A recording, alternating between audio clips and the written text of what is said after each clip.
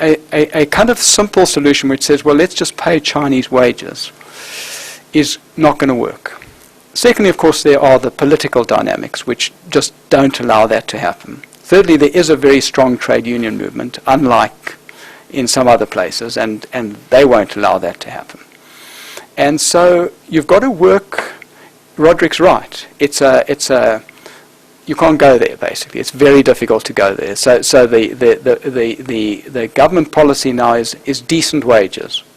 And decent wages means that kind of wage activity, which does keep us out of many of the low wage activities and that may be completely wrong, and it may be in economically rational terms. You're right, you've got massive unemployment.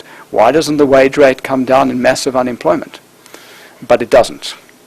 It doesn't, for a whole variety of institutional, political, and reproductive, if you like, reasons, combination thereof. So it does make it difficult to go down those avenues which are very labor intensive, because the cost of labor is globally high relative to its productivity. It does encourage capital replacement of labor, and so it lowers employment. And one of the reasons why our unemployment is so high is indeed because at the factory gate, labor costs are high. Labor costs are high. So you're right, that issue has to be addressed. But I think Charles had something where he said, you know, what you've got to work on is the wage costs rather than the wage.